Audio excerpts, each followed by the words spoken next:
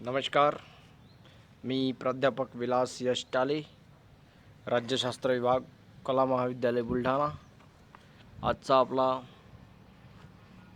अध्यापन चर्चेचा विषय आहे आरक्षण. आज या तासिकेमध्ये आपण आरक्षणाचा इतिहास, हिस्टोरी ऑफ रिझर्वेशन या मुद्द्यावर थोडक्यात चर्चा करणार आहोत. राज्याच्या अखत्यारीत येणाऱ्या सार्वजनिक सेवा, शैक्षणिक क्षेत्र, राजकीय पदे इत्यादीमध्ये आरक्षण दोन प्रकारच्या समाज घटकांना दिल्या जात असते. हे आजवरच्या आरक्षणाच्या इतिहासावरून स्पष्ट झालेले आहे.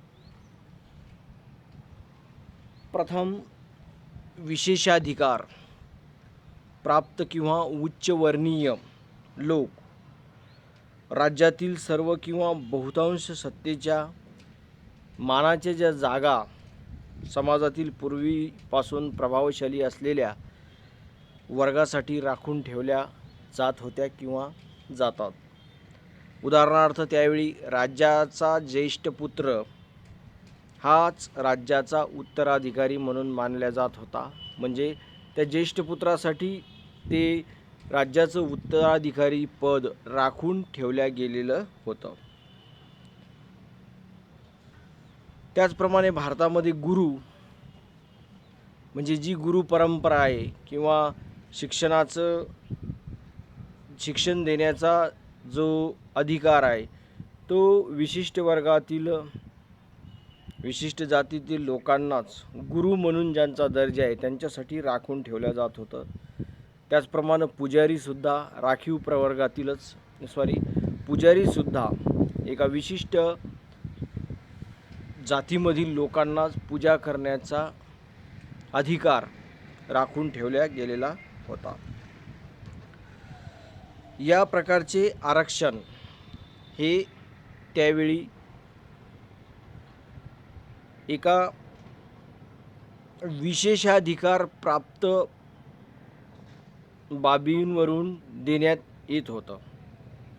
दुसरा प्रकार यामधला आरक्षणाचा तो म्हणजे मागासवर्गीय व अल्पसंख्याक ही जी मंडळी आहे किंवा ही जी लोक आहेत यांना दुसऱ्या प्रकारचं आरक्षण किंवा आरक्षण मिळवणारा समाजातील दुसरा घटक म्हणून यांच्याकडे पाहिलं जाते. राज्यातील नागरिकांचा मागास वर्ग किंवा धार्मिक, भाषिक व वांशिक या आधारावर अल्पसंख्याक असलेले वर्ग यांच्यासाठी नियुक्त्या व पदे आरक्षित ठेवली जातात.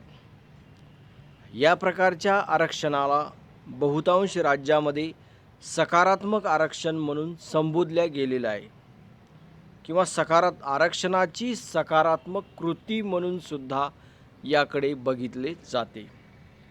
या प्रकारचे आरक्षण देताना संबंधित मागास किंवा अल्पसंख्याक समाज घटकांना राज्याच्या सेवेत त्यांच्या लोकसंख्येच्या प्रमाणात सामावून घेणे, त्याद्वारे त्यांचा सामाजिक आणि शैक्षणिक विकास घडवून आणणे. याचं उदाहरण जर द्यायचं झालं तर भारत किंवा त्यांना राज्याच्या सत्तेत लोकसंख्येच्या प्रमाणात वाटा देऊन सत्ता संघर्ष टाळणारा देश. दुसरी उदाहरणं स्वित्झर्लंड, कॅनडा इत्यादी राज्येसुद्धा अशाच प्रकारचं उद्दिष्ट डोळ्यासमोर ठेवून आरक्षण देत आहेत किंवा देण्यात आलेलं आहे.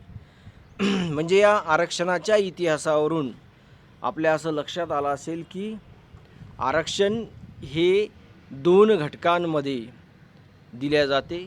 पहिला घटक हा पूर्वीची सामाजिक व्यवस्था ज्या पद्धतीनं होती त्या पद्धतीमध्ये विशिष्ट वर्गाला जाणून बुजून देण्यात आलेले विशेषाधिकार हा एक आरक्षणातील घटक. आणि आधुनिक प्रचलित व्यवस्थांमध्ये मागास जाती जमातींचा विकास घडवून आणण्यासाठी अशा मागास जाती जमाती आणि अल्पसंख्याक समुदायांना देण्यात येणारं आरक्षण. अशा पद्धतीचे हे दोन आरक्षणाचे प्रमुख प्रवाह आपल्याला आरक्षणाच्या इतिहासामधून आपल्यासमोर येतात. यानंतरचा आपला जो मुद्दा आहे तो आहे ब्रिटिशकालीन भारताचे आरक्षण धोरण. म्हणजे ज्यावेळी भारतीयांवर इंग्रजांचं राज्य होतं किंवा भारतामध्ये ब्रिटिश राजकीय व्यवस्था प्रचलित राजकीय व्यवस्था होती, त्यावेळी कशा प्रकारचं आरक्षण धोरण होतं याचाही विचार या ठिकाणी आपण करणार आहोत. इंडियन काउन्सिल ॲक्ट 1892 या कायद्यानुसार केंद्रीय आणि प्रांतिक विधिमंडळात निम्मे सभासद गैरसरकारी असावेत अशा प्रकारची तरतूद या वेळी करण्यात आलेली होती. परंतु हे आरक्षण जातीय आणि धार्मिक आधारावरचं आरक्षण नव्हतं. त्यानंतर पुढे 1905 मध्ये ज्यावेळी बंगाल प्रांताची फाळणी झाली आणि राष्ट्रीय काँग्रेसमध्ये ज्यावेळी जहाल गटाचा उदय झाला आणि वंगभंग आंदोलन या सर्व घटनांमुळे भारतीयांमध्ये ब्रिटिशांबद्दलचा जो असंतोष आहे तो मोठ्या प्रमाणात वाढला गेला. आणि अशा प्रकारचा वाढलेला असंतोष कमी करण्यासाठी ब्रिटिशांनी मोर्ले मिंटो 1909 हा एक सुधारणा कायदा निर्माण करून, म्हणजे 1919चा भारतीय शासन कायदा 1909चा कायदा निर्माण करून मुस्लिमांचे स्वतंत्र मतदारसंघ निर्माण केले. यामध्ये केंद्रीय विधिमंडळात बंगालमधून 2, मद्रास, बिहार, ओरिसा, मुंबई व संयुक्त प्रांत यातून प्रत्येकी 1 याप्रमाणे असे एकूण 6 सभासद मुस्लिमांचे असावेत. अशा प्रकारची तरतूद असणारा मुस्लिमांचे स्वतंत्र मतदारसंघ निर्माण करण्याचं काम या कायद्याच्या माध्यमातून केले. म्हणजे या कायद्याने भारतात सर्वप्रथम धार्मिक आधारावर किंवा धार्मिक तत्वांवर कायद्याने आरक्षण देण्याचं काम केलं. हा इंग्रजांच्या राजवटीतला इतिहास आहे. त्यानंतर ब्रिटिश शासनाने पुन्हा 1999चा मॉन्टेग्यू चेम्सफोर्ड सुधारणा कायदा मंजूर करून, म्हणजे त्याला आपण भारतीय शासन कायदा 1919 असं सुद्धा संबोधतो, तर हा कायदा मंजूर करून केंद्रीय द्विगृही कायदेमंडळ निर्माण करण्यात आले. आणि त्यामध्ये काउन्सिल ऑफ स्टेट म्हणजे वरिष्ठ कायदेमंडळ की ज्यामध्ये 60 सदस्यांपैकी 34 सदस्य निर्वाचित आणि 34 सदस्यापैकी 20 सदस्य सामान्य मतदारसंघातून, 3 युरोपियन व्यापाऱ्यांकडून, 11 जातीय मतदारसंघातील म्हणजे 10 मुस्लिम आणि 1 शीख असावेत अशी तरतूद करण्यात आली होती.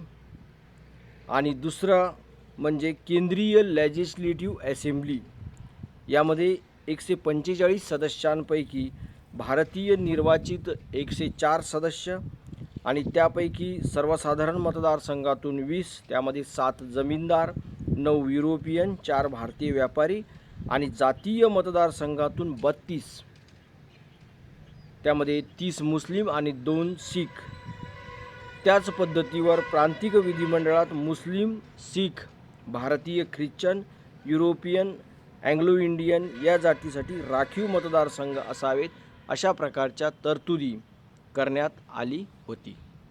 यावरून असं आपल्या लक्षात येते की खऱ्या अर्थानं कायद्याच्या माध्यमातून आरक्षणाची तरतूद ही ब्रिटिश राजवटीमध्ये 1909च्या भारतीय कायद्याच्या अंतर्गत पहिल्यांदा करण्यात आली आणि त्याला वाढीव स्वरूप देण्याचं काम हे